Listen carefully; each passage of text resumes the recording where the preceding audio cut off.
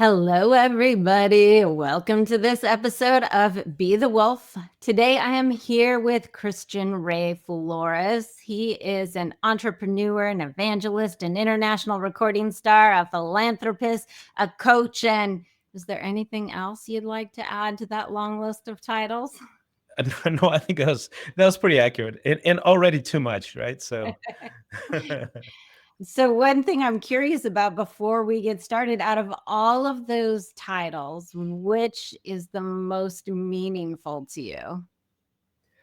I think artist, Artist. because it sort of permeates everything else.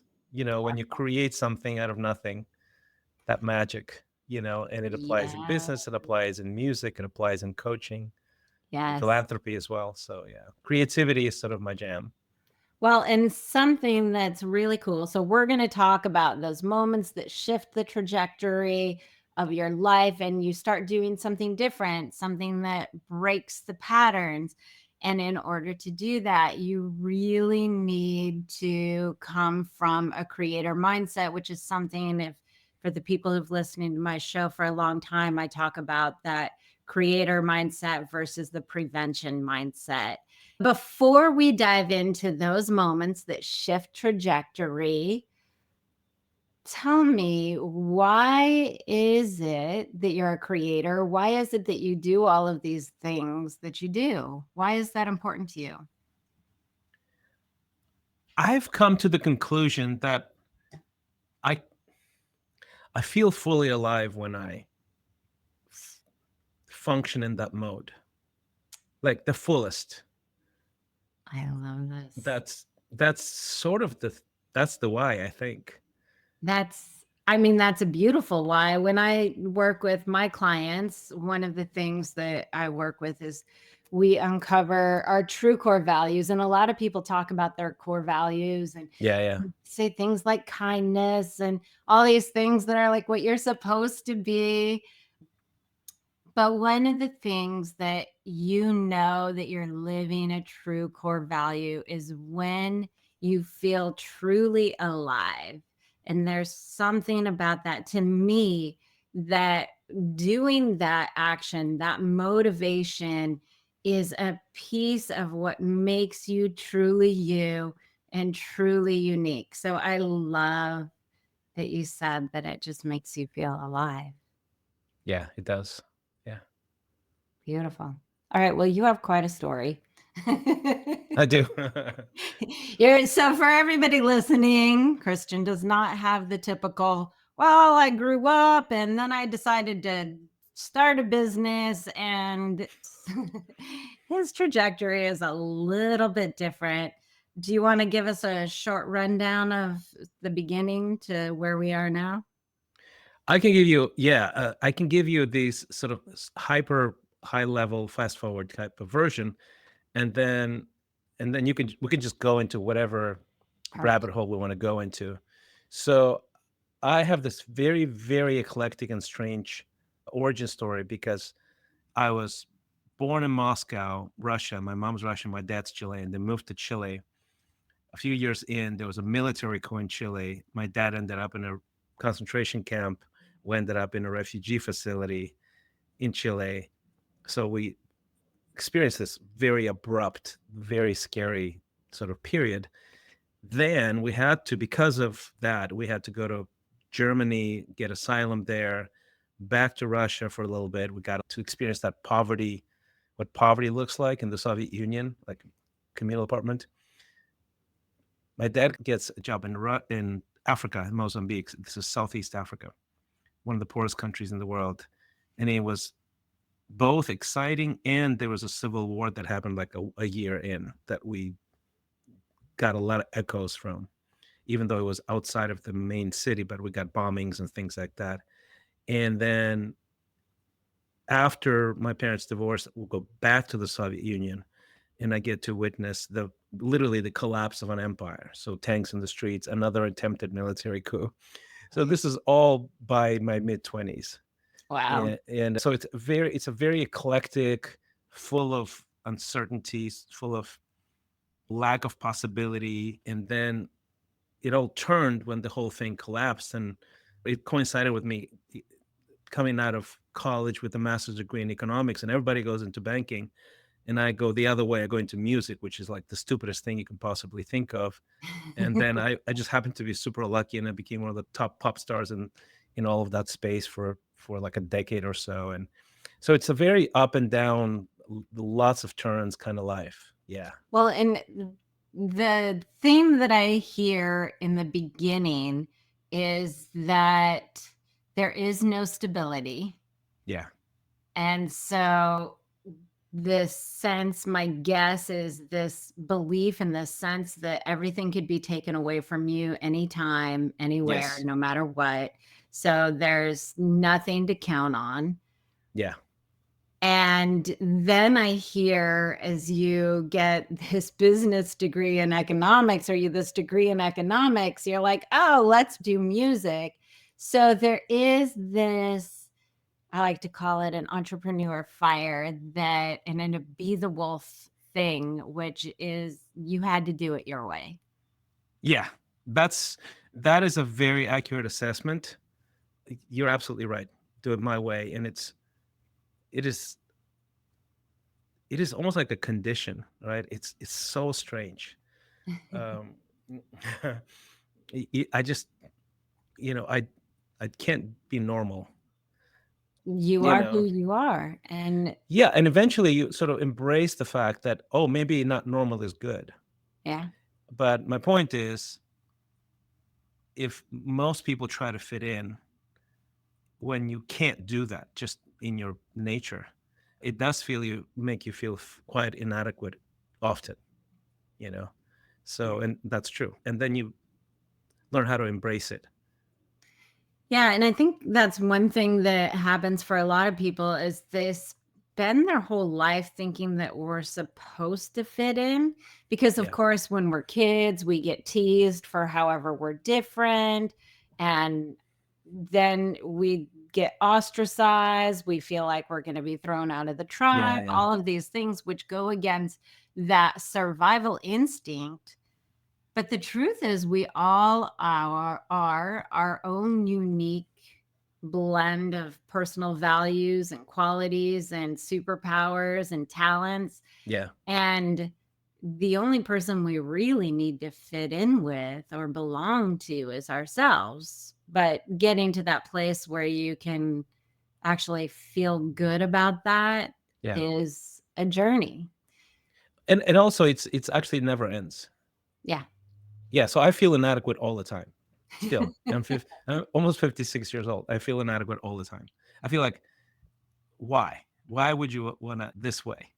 And but it is an ongoing sort of fight for self-acceptance, but also I think it's healthy in a way because we are tribal beings, right? Mhm. We thrive together, and because we thrive together, we want to fit in. It's a very primal thing. We don't want to be rejected by our tribe. But at the same time, the tribe will flourish at a much higher level when you bring your individual contribution to the tribe. And that's the Absolutely. tension. That's the tension, right? You just fluctuate back and forth and back and forth. Right. It's like, how do you not go so far that Mhm. you're completely ostracized?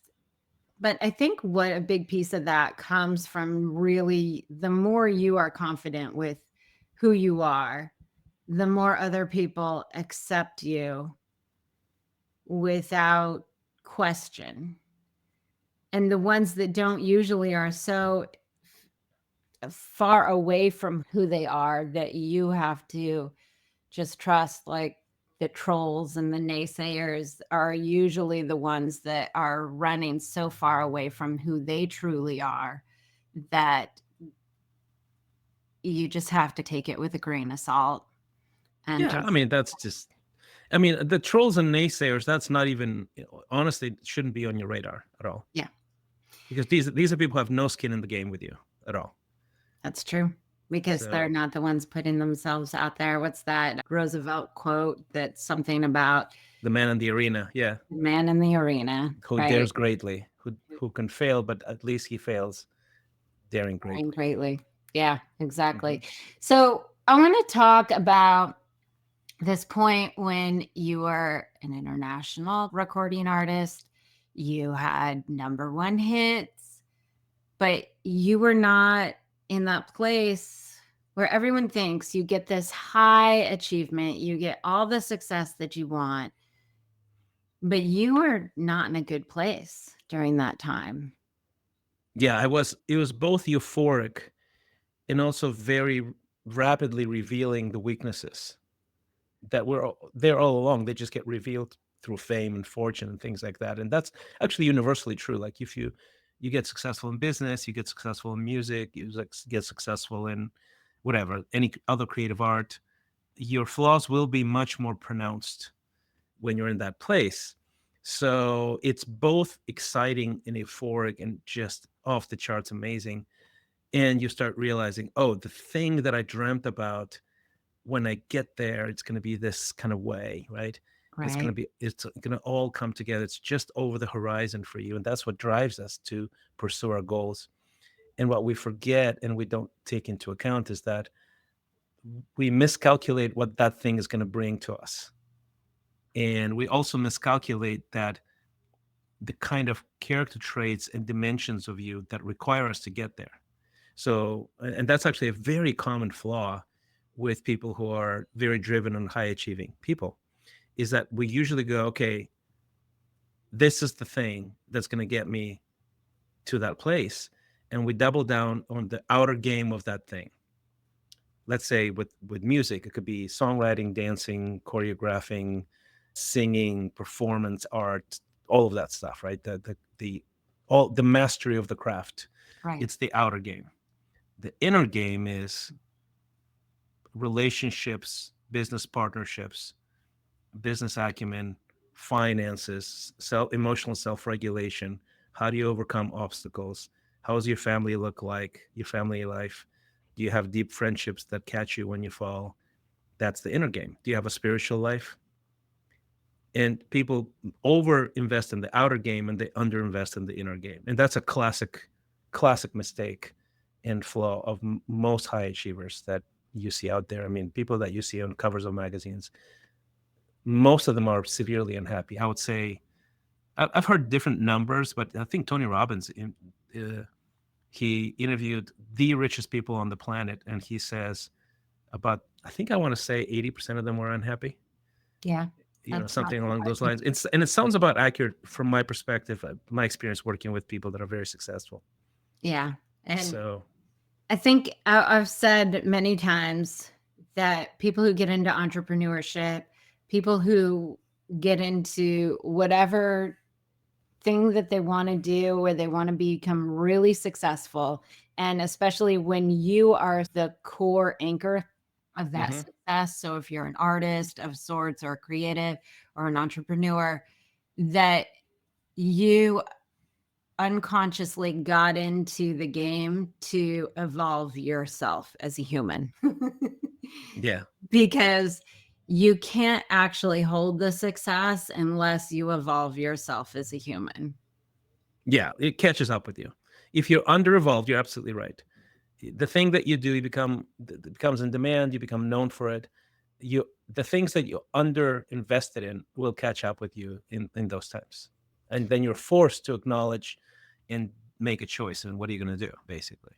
Yeah. So when you were at that place, you had the super successful number one hit, and those gaps started to reveal themselves. Yeah. What was one of the big gaps that was keeping you from being able to really enjoy that success? Well, there was a whole slew of them. The thing that got me was my family life. I can give you literally a long list of my inadequacies, and it's very it's it's quite impressive.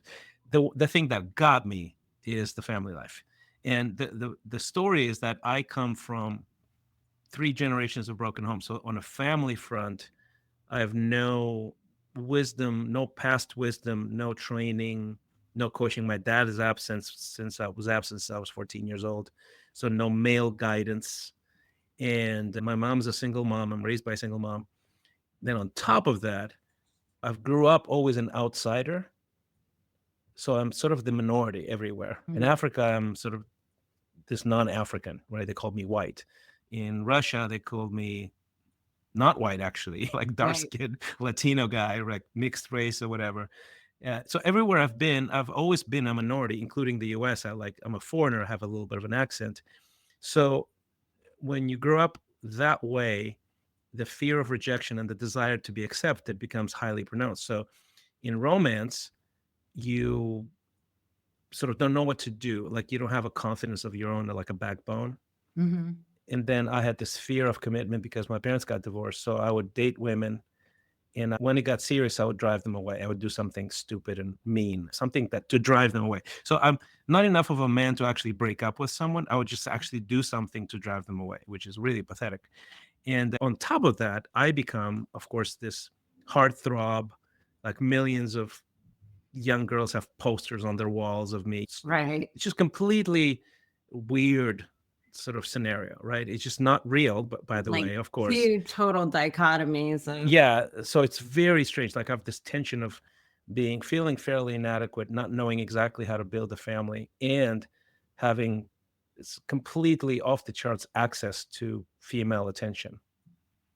And which which is something so many young men just crave and yeah, want. they dream of that. And Yeah. just and like you were saying before, it's like once you get there, you think that's gonna solve all your problems. Yeah, So here you are.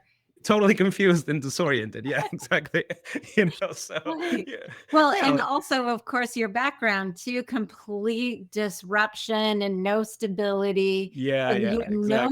no model for how to create stability in Yeah. literally a home life or a family life. And I want that because everybody wants love and family and acceptance, but I have never experienced it. Right. Like I've experienced, that's actually not fair. I did experience it with my mom and dad for a period of time, and then the whole thing blew up Right. at a very sort of tender age, impressionable age of 14 years old, right?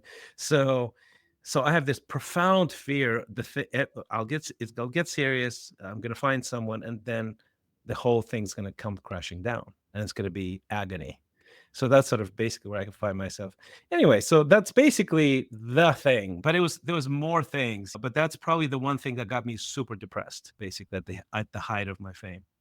Okay. So it was all this accessibility to these women, but the lack of being able to hold any kind of healthy, stable Yeah. relationship. Hmm. That's exactly And it. so you had a turning point though. I did, yeah.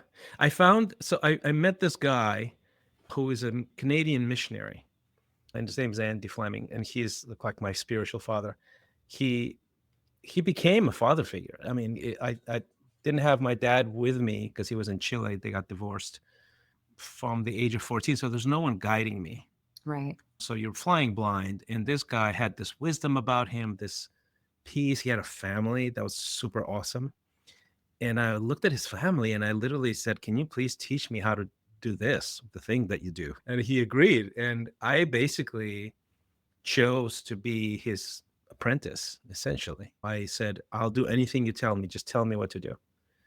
And that's like the best decision of my life. That's probably the reason I coach now, is because I realize you can be in the top 1% in an industry and have these profound flaws. And if you are coached by the right person, they can take you to heights you never even imagined. Yeah. And that's what I do for people now. But at the time, somebody did it for me, basically. Well, And and you did that thing that I think so many people are afraid to do, which is one, you actually looked at what it was that you wanted. yeah, Because I think a lot of people, especially business owners and people who are chasing fame, they just think that when I get there, everything's going to be okay and I'm going to be happy. So they don't even realize what it is that they are looking for, that maybe they're looking for stability, maybe they're looking for love, whatever it is. So you understood what you were looking for. You found somebody that had it. And then yes, you did that big thing that so many people are afraid to do is you made the ask. yeah. And I trusted the person. I actually trusted. And it's very hard, especially for guys. I think women are much more self-aware and much more connected naturally than men. Men are much more self-sufficient, and men don't trust other men. In that deep trust, we're much more superficial. We hang out shoulder to shoulder. We have a beer, or play video games, or watch a game, right? And there's a reason for that, like a primal reason for that, right? Mhm. Wired, we're wired to be more alone and more resilient. But when we have these weaknesses, we have to turn to somebody and actually trust that person. And for men, it's very hard to sort of surrender that way. And I think that's really the smartest thing I did, is because I literally surrendered. I said, this guy has what I want. I'm very clueless about what he has, and I want to do what he tells me to do because I want to learn what he has. It was like that simple, that dramatic of a, like, it was a 180. And especially successful people have the hardest time doing that, right? Being humble. Humility is not their trait. Humility is not what brought them there, what they Right. are, right? So it's usually grit and drive and getting what you want. But there are times in life where you have to find that humility in your heart if you really want to succeed and flourish long term. You want to trust somebody, trust your coach. Well, and I think you said a big word that comes up when I work with people all the time is you have to surrender. You Hmm. can't keep fighting against. We think it's this big fight, like I have to fight my way to get there, but sometimes all you have to do is just let go Yeah, and yeah. surrender. So, what was the hardest thing for you about surrendering? I think it's doing things or think a certain way that I was not even aware that was a thing. For example, I'll give you an example in Yeah. romance, right? I'm having breakfast with a buddy who is one of my mentors, and he goes, "So what are you looking in a woman? What are you looking in a woman?" And I list, I'm like, "Okay, here's my five top things, qualities that I want. That's what I'm looking for." Yeah. And I'm like, "What's your list?" And so he gave me his list, and I'm like, "Okay, I'm shook right now, and I'm throwing away my list, and I'm taking your list."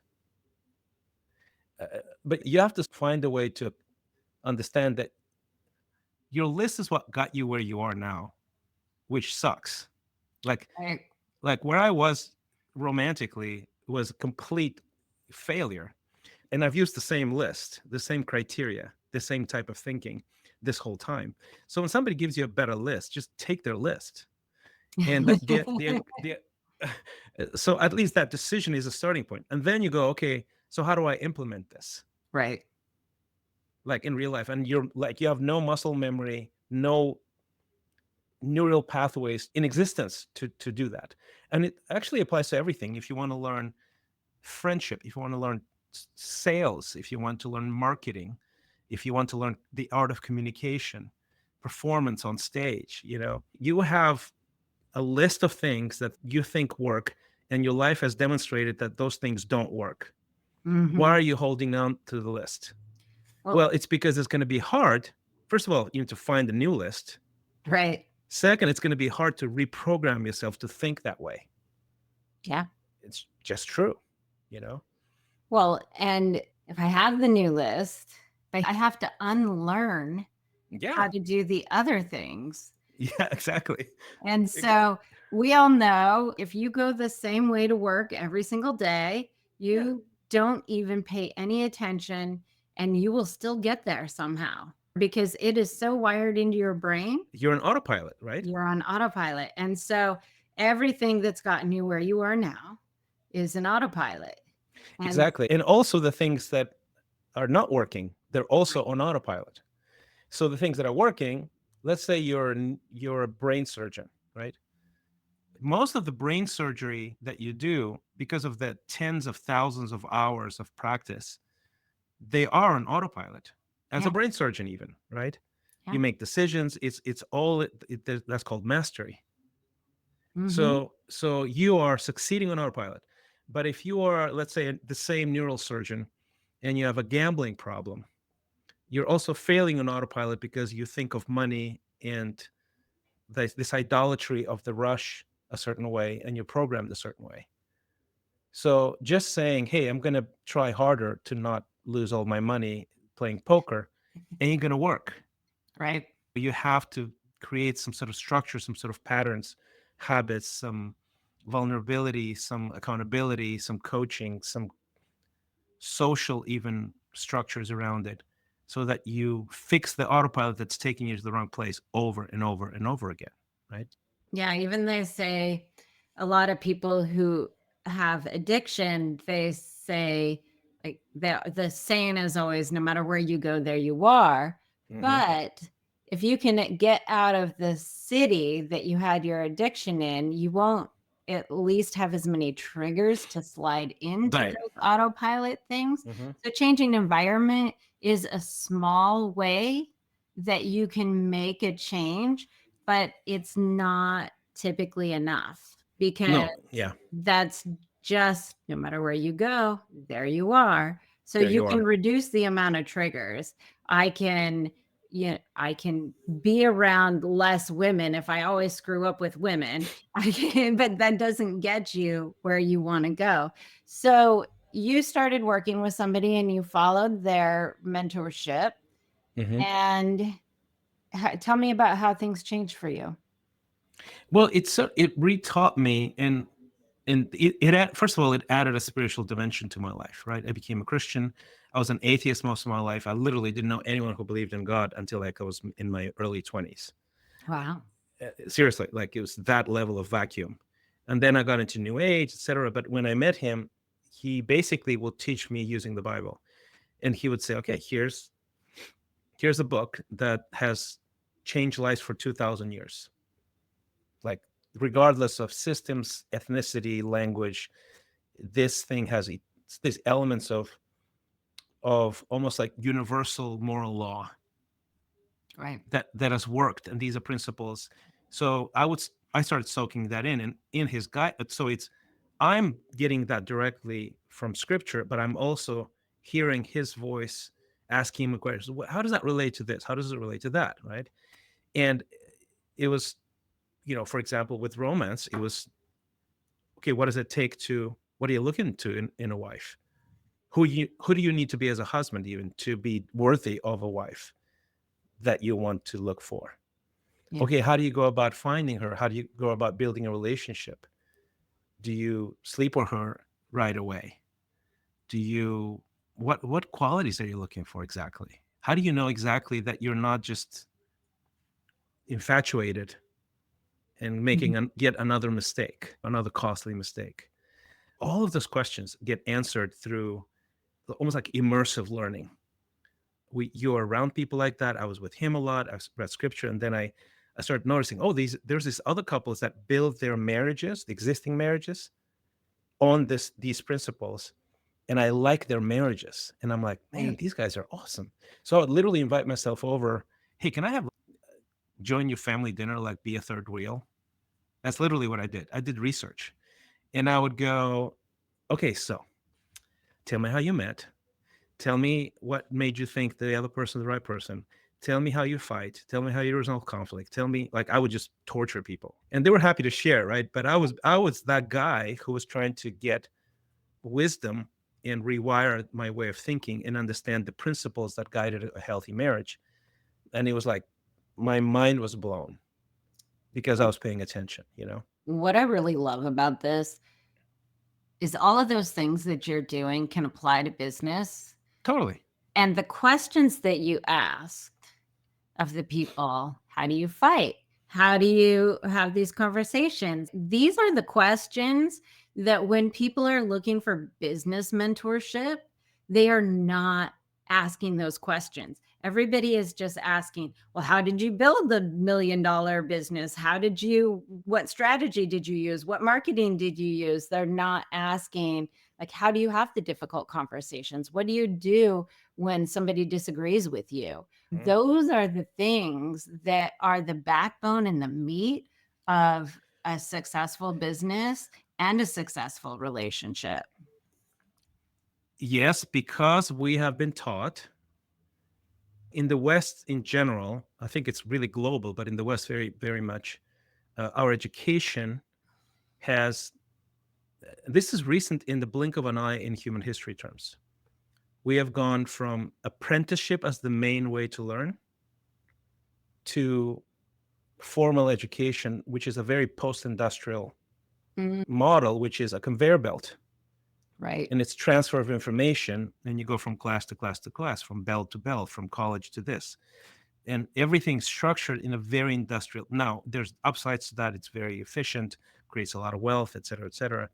But you are, generally speaking, when it comes to learning and acquiring skills, and you are reduced a little bit more on the level of a cog in a machine, right? Yeah.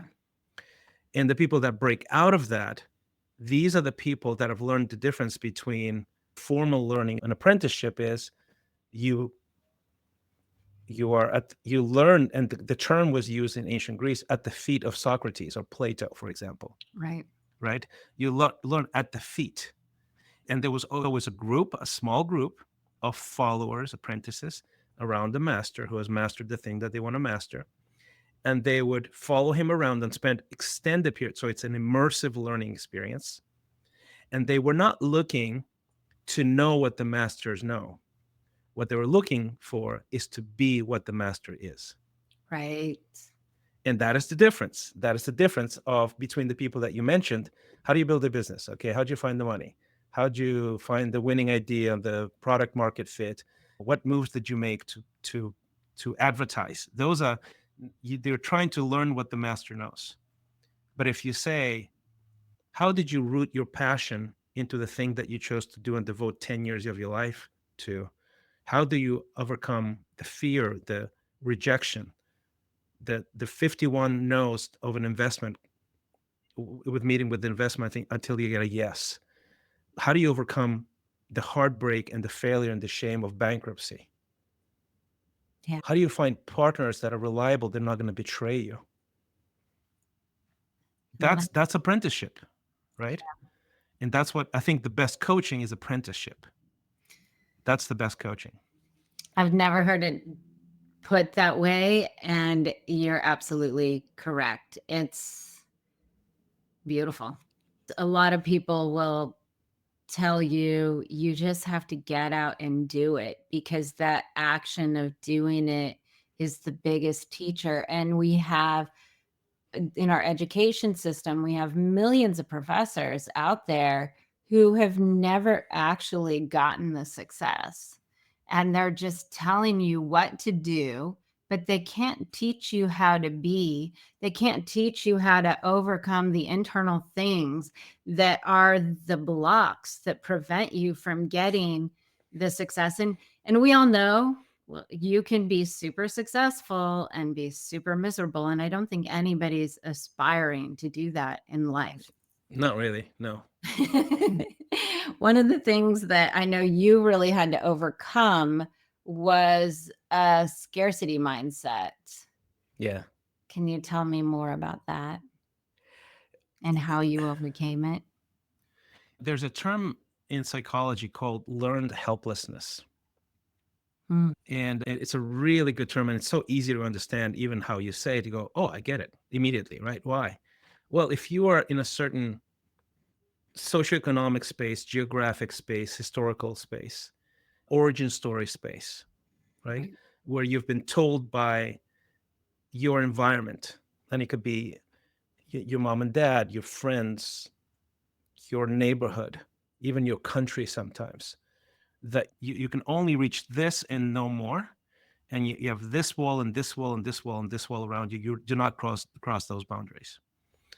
And you believe it. Most people will basically say, okay, that I guess that's true. That's learned helplessness. I did a lot of philanthropic work, and still do. And maybe 15 years ago, I did maybe a 3-year work in inner city America. And I would meet with these kids in disadvantaged sort of neighborhoods. And they all had the same sort of laundry list, usually broken home, usually some criminal activity, some drugs, et cetera, et cetera, et cetera. Just very miserable existence. And to me, as an immigrant, right? I grew up in actual poverty. Right. In actual poverty, like There were years in Russia that I slept in the kitchen, for example, Mhm. right? And I lived in a country that was even more extremely poverty. I had a better living situation, but I lived in Mozambique. Mozambique, you still to this day, I think over 70% of the population lives on under $2.50 a day. That's that's extreme poverty. Right. And the whole environment tells you there's nothing, there's no possibility. And I find these kids in inner city Philadelphia who are trapped by their own minds, essentially. Yeah. But they're not trapped by possibility because they live in the wealthiest country on the planet. All they have to do to start changing the very trajectory of their lives is cross the street. And Yeah. some of them haven't left the circumference of whatever 9, 10, 15 city blocks ever, Yeah. or rarely. Oh, yeah, my That's neighborhood in Brooklyn, yeah, some of the kids have never been to Manhattan. right? It's Which is so the crazy. wealthiest place on earth, Right. right? They don't go there. They don't associate with those people. They don't learn what those people know. Yeah. They don't ask them what got you here, right? And I think all of us are sort of in our own ghetto in our minds Yeah. in one That's way or another, right? We all have things that we are above average, we believe. Let's say you come from a healthy family, 3 generations of great marriages. I am in a ghetto of I don't even know how to start. And you go, dude, this is easy, right? right. I can be, for example, have several number one hits. I've entertained millions of people. And I can talk to an artist who goes, how do you even create an original sound or a brand or a personal brand? How do you distinguish yourself? How do you create that it factor that people have? And I go, in my sleep, I know how to do that. Right. You've mastered it. You've done the Yeah, yeah. So we're all in our own limiting spaces all the time, and I think that really the key to life is to be eternally, daily curious to learn and apprentice under somebody. So, so I teach that to the people I coach, but I am coached. I've nurtured a network of people that are my friends, deep friendships, deep mentorship that have something I don't have, and literally I don't take it for granted. We just and yeah, we talk about nothing all the time because friends do. yeah. But very often I go, hey, so okay, so in your industry, you know, like tell me how it works, right? And I would poke. Like let's say I have a friend who's a partner in an architect firm, right? He's one of the main guys, Yeah. and he has this beautiful office across the Texas state capitol. And and we're friends, and we've been friends a while. And it's like, hey, can I come visit your office? He goes, yeah. And I literally pepper him with questions. Okay, what's the average client? What do you do for them? Okay, how much? What's the team? What's the average size of your contracts? What's the curve? What are the things that you've learned over the years? And like I would just pepper them with questions. And the thing is, anybody can do that, and no one does it. Yeah.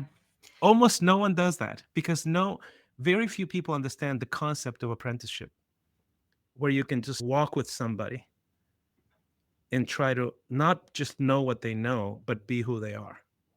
And I think that concept of apprenticeship versus having to ask somebody for help is such a powerful reframe for somebody to be able to get over that hump, because I think a big part of why people don't ask is because they feel inadequate, of course, because they feel like they're missing that thing that the other Yeah. person has.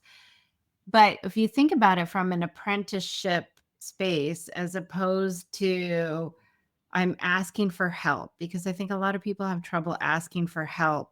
Yeah. I think that is a great way to maybe get over some of those fears of Yeah. talking to people that are more successful than you. And I think that's a big piece too, is people are afraid to be around people that are more successful because That it highlights your own gaps. You become more aware of your own gaps. exactly. Exactly. Look, what they say is if you're the smartest person in the room, you're in the wrong room. And getting over the fear Yeah. of facing your own gaps, I think, is one of the big things we have to really, as entrepreneurs, as creatives, as leaders, we have to be able to look at our own gaps without judging ourselves or shaming ourselves or making us feel like we are not worthy, as all the, I'm not enough, I'm not worthy. But most of that stuff, those stories come from yourself. And you need one or two people who you can talk to about too that way, Yeah. and mentor people who have extraordinary influence, just off the charts. Yeah. And one of the values that I bring to them is that they can call me day and night and say, I'm losing my mind. The sky's falling. It's very valuable. Because no one thinks that way, that they can be in that place. Yeah. And the dirty little secret is that everybody's in that place often. Yeah. So find somebody who can coach you, who can guide you, who can talk you off the ledge, who can talk some reason into you when you're struggling. Yeah. And you'll do better. You'll do so much better. Absolutely. And I know you've had this experience where they call you. I had a client call me a couple weeks ago, and they were just like, ah. And I'm like, okay. And we spent literally 3 minutes. And I said, okay, do you need anything? And they said, no, I got this. Like, I got this. 3 minutes. Yeah, exactly. 3 minutes. Exactly. Yeah. Was all it took, because Yeah, they yeah. had somebody that they could Yeah. speak to when the sky was falling. And sometimes that's all you need, because when you're inside of the storm, you Yeah. can't see that the storm is actually really small. Yeah. Yeah. Yeah. It's usually the fear is way more than the actual problem. Right? So. Exactly. Christian, how do people get in touch with you? Well, if you are mildly interested, meaning, hey, this is a cool podcast, nice. Go to christianrayflores.com. That's my Substack newsletter. You'll get 2 emails a week. One is free. The other one's for only people that pay a subscription fee, like an enormous sum of $11 a month. Oh my goodness. I That's a know lot. it's a deal breaker. But we go in depth for those people, the people that Right. put some skin in the game. I do really love my newsletter, and we have, I think, almost 20,000 subscribers right now, and I put a lot of effort, a lot of value in it.